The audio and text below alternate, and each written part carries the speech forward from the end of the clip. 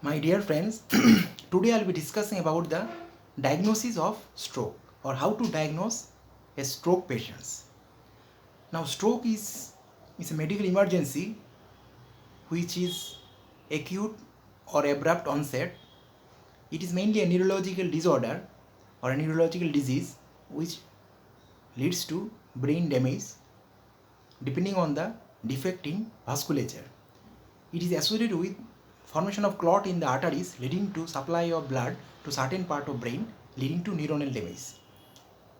Beside, in hemorrhagic stroke, the cause of injury may be because of sudden rupture of blood vessel leading to damage to the brain.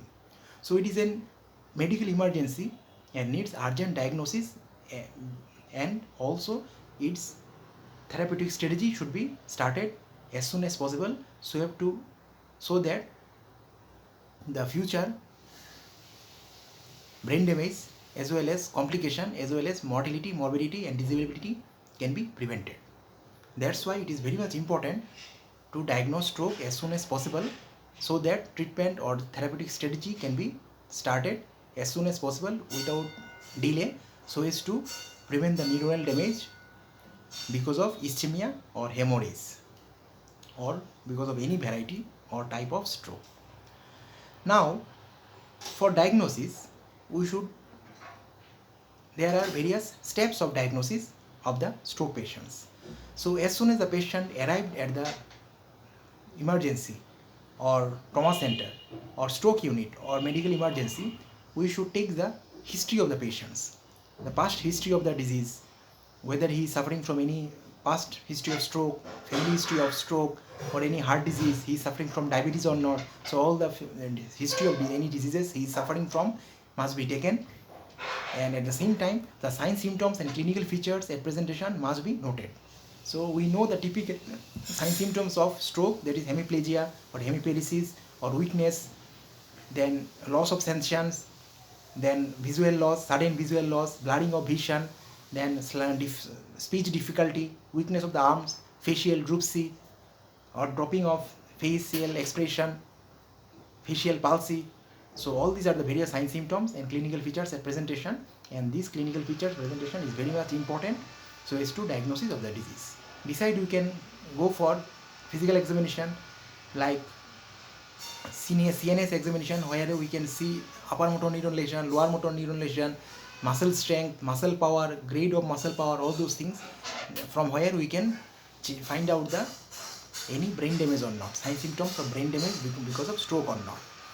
Besides, after the clinical features as well as physical examination, we can go for blood test. Here we can see any blood sugar, we can go for blood sugar estimation, serum cholesterol level, then platelet count, total WBC count, RBC count.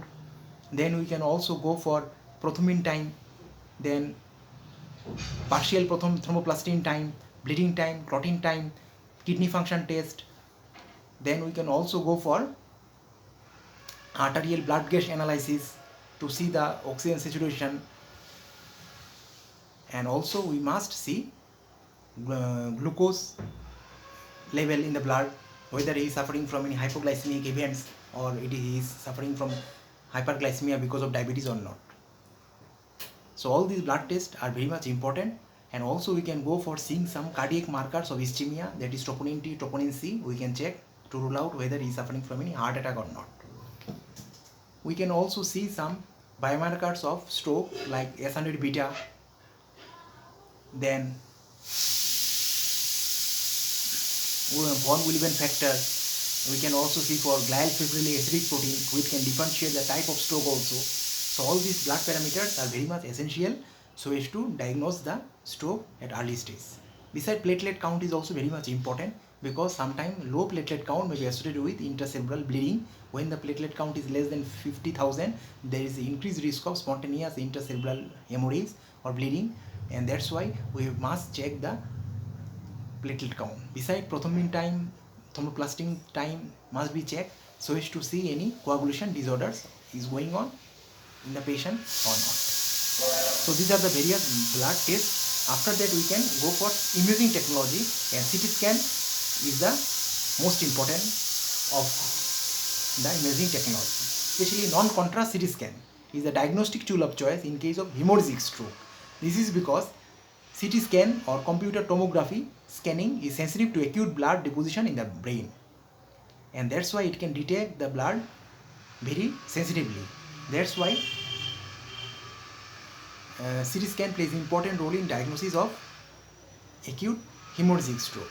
Of course, it can diagnose ischemic stroke also, but can detect ischemic stroke after 24 to 48 hours, because before 24 hours it cannot see the ischemic region very accurately.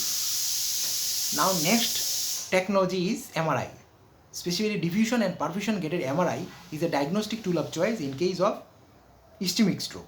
This is because MRI can detect the ischemic umbra and penumbra very accurately, unlike CT scan, which needs more than 48 hours or more than 24 to 48 hours so as to detect the ischemic stroke very accurately. That's why both MRI and CT scan together can play an important role in diagnosis of the stroke, as well as to differentiate the type of stroke and to rule out the causes of hemorrhagic stroke, any arteriovenous malformation, any tumor or other CNS disorders it can rule out also. So role of imaging technology is very much important, and it is the diagnostic tool of choice in case of stroke detection. Besides, CT scan also find out the area of lesion in the brain. It can also find out the volume of brain lesion, volume of hemorrhage, and it also helps in ruling out other CNS disease that may present in the brain, which can present as a same symptom just like stroke also. So these are the important role of CT scan as well as MRI, and they are together called medical imaging technology, and imaging technology is a diagnostic tool of choice in case of stroke detection. Next comes the carotid ultrasound. Carotid ultrasound, also called carotid duplex scan, it is a technology so as to see the patency of the carotid artery which is present in the neck. Now it has been found that narrowing of the carotid artery may be associated with ischemic stroke in brain.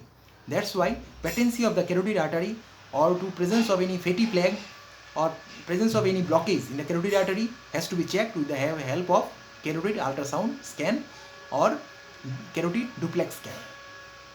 Besides, after carotid ultrasound, there is another important technology known as echocardiography.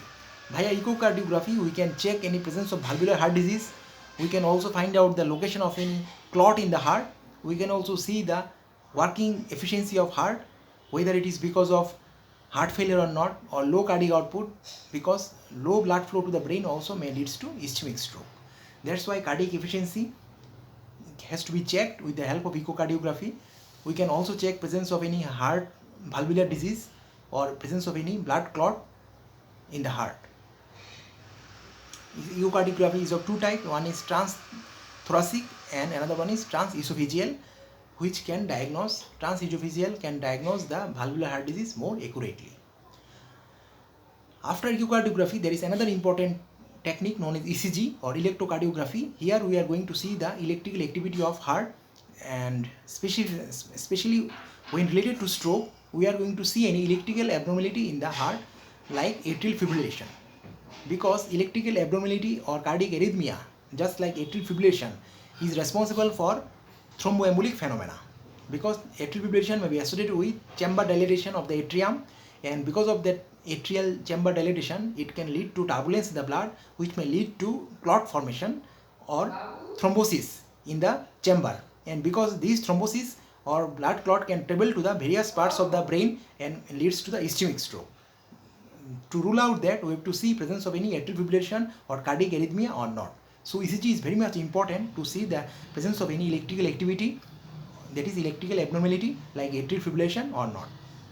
Next comes the lumbar puncture. Lumbar puncture is to see the CSF, nature of the CSF and chemical analysis of CSF to see the presence of blood in the CSF.